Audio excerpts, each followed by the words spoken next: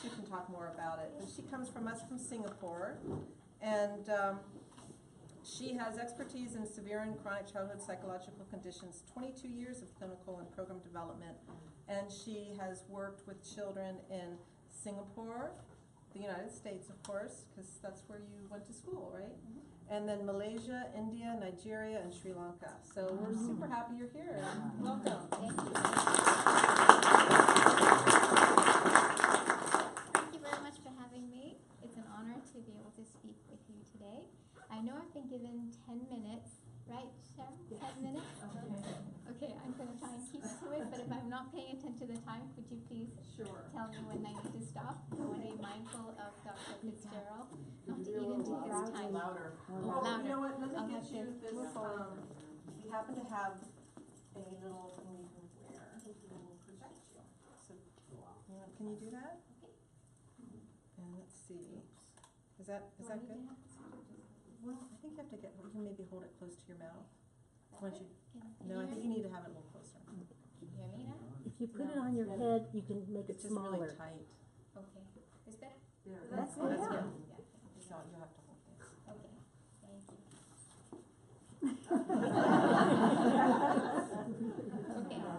Okay. Well, as Cheryl mentioned, I'm from Singapore, but I received all my training in clinical psychology in the United States.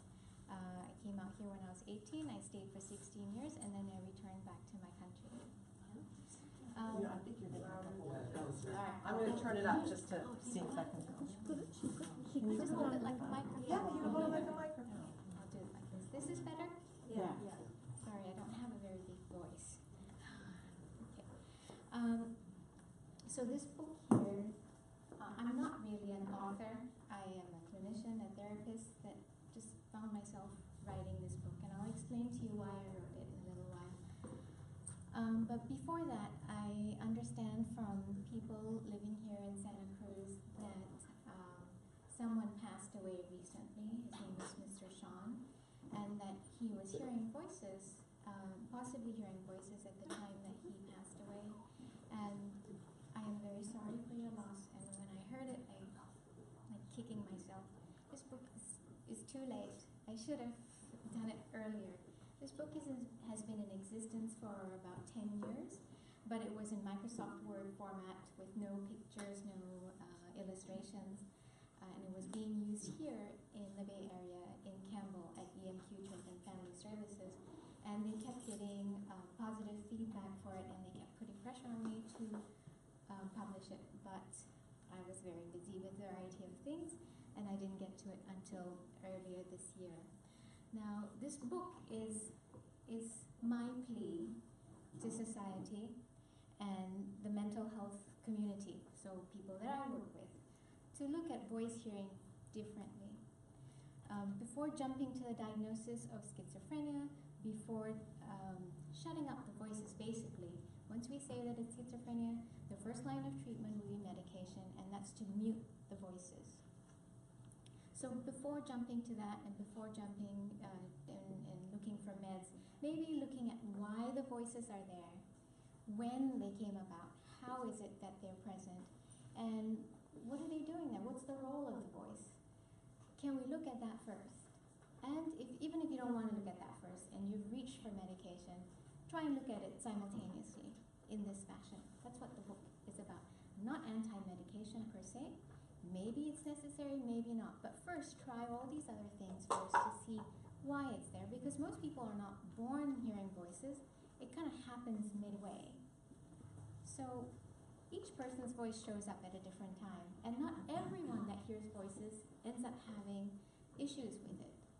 What has been discovered is that there are lots more people who hear voices than those that show up in the clinic or feel that they need assistance.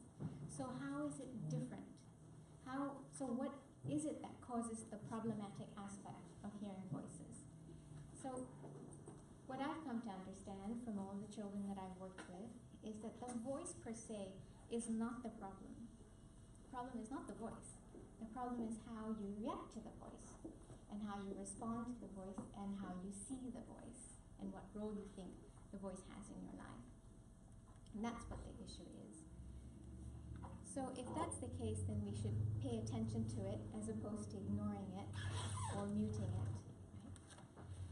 So I wrote the book the first version of it was in 2005 because I couldn't find any resources and research was really, really sparse when it came to voice hearing, whether it was for adults or children, especially children. And there was no real direction for people like me that were trying to help people that heard voices, other than medication. The first line of treatment is medication. Okay?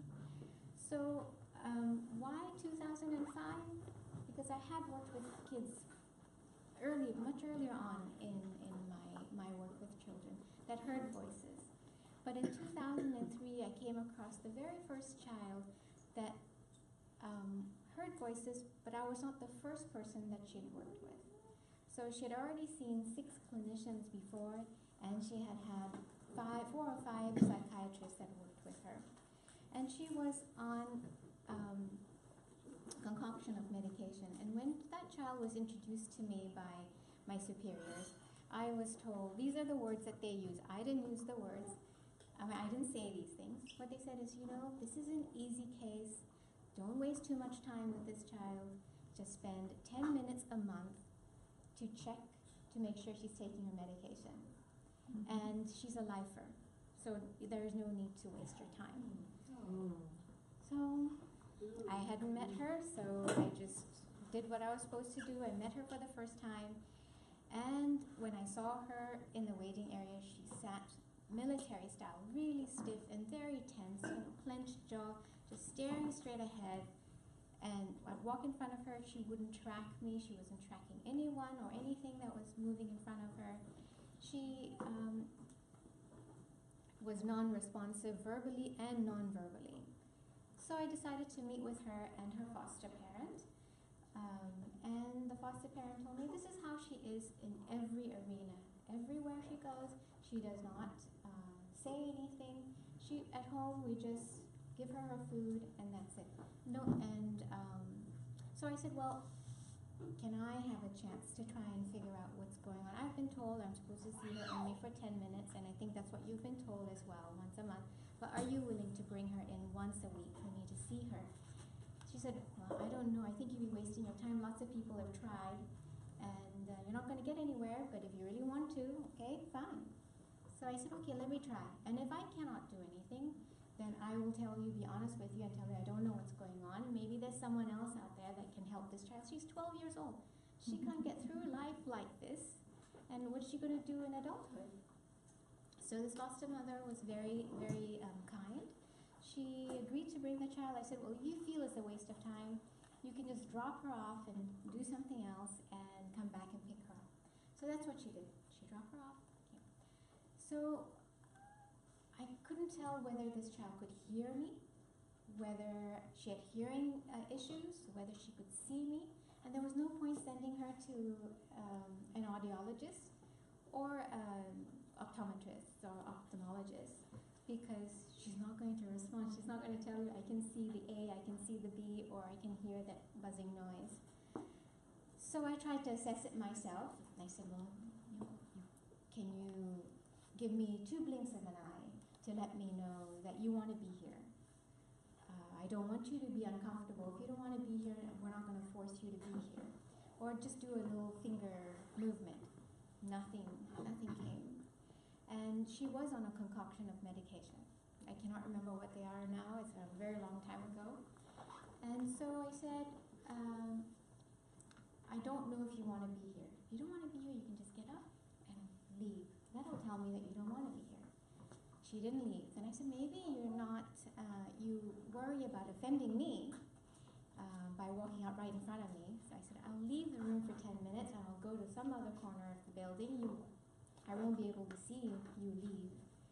I came back 10 minutes later. She was still sitting there. I said, okay, all right, that tells me you want to be here. I'll just take it that you want to be here.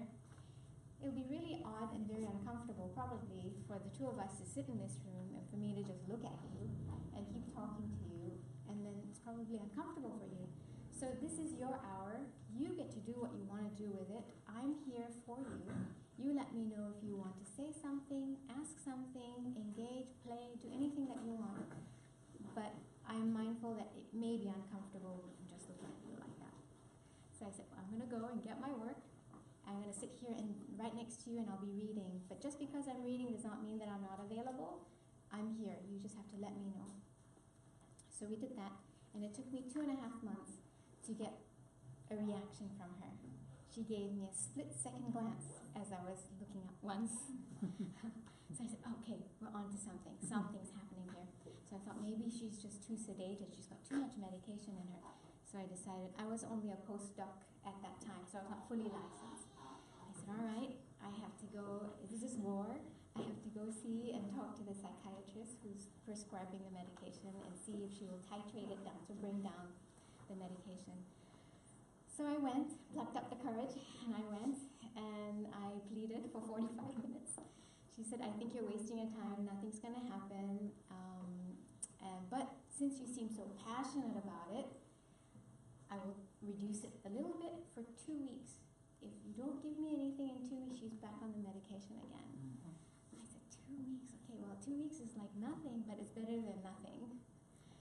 So I left and I tried to work, thinking I wouldn't get anything from the child, but she did give me something, but she didn't give me something verbal. Thankfully, in retrospect, I'm glad it wasn't verbal because I wouldn't have been able to prove it to anyone that she's engaging with me. So there's a little interactive game that we play. It's called a squiggle game. So she made some marks on a piece of paper, so I carried that to the psychiatrist and here, this is my proof. Can you give me another 2 weeks? She said, okay, see what you can do. And this whole time in that, the 2.5 months, etc., every colleague, literally every colleague that I had, and the director in the program, etc., they were all making fun of me and saying, go knock yourself out, you're wasting your time, you're wasting tax dollars, this, that. But I knew from my work before that if the child is interacting like that, then I need to keep working. There's something there. It's my job to find out what it is. And so a few weeks later, she told me that she had been hearing voices, but she had never told anyone before. But she was still on an antipsychotic. I'm not quite sure how that happened. The history was not very clear. So then I realized that the reason why she was sitting at attention in such a tense way in the waiting room the first time I saw her and thereafter in the room with me was because she was trying with all her might and every strand of hair on her body to control all the voices that she was hearing so that she could speak with me and engage with me. But she didn't succeed in it initially. So I worked with her for 1.5 years, and during that time, as my colleagues were making fun of me, I tried desperately to look for research material, research studies to back what I was doing, and materials to prove to them and show, and also work with the child with. I couldn't find anything. So, anyways, I ended up doing what I did. I now have 10 minutes. I'm going to go quickly. And so she went from a child that was getting D's and F grades to A's and B's. She went from a child that was very socially isolated to a child that had so many friends, and she had sleepovers in her home.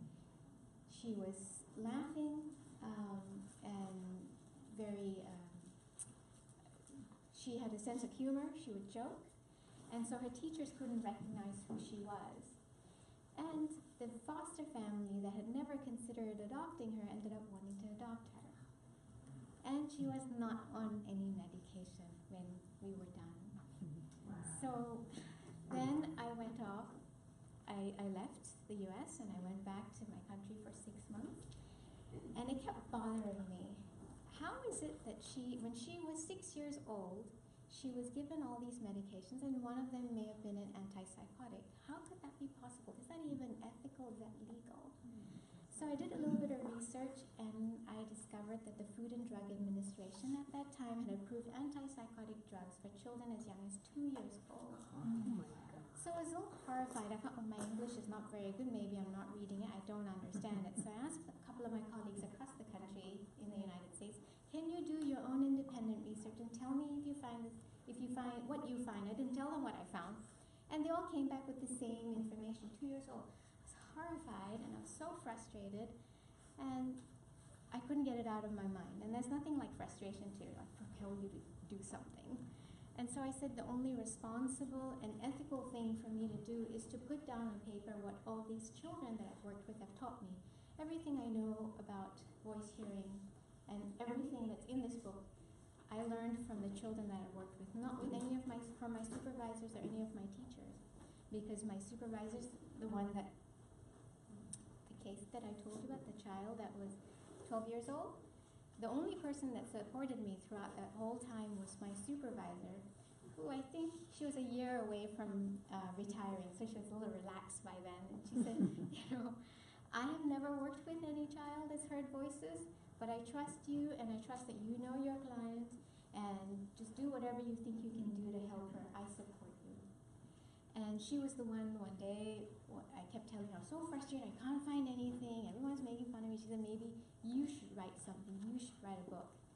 I said, no, I'm training to be a clinician, not an author, and I'm not writing a book.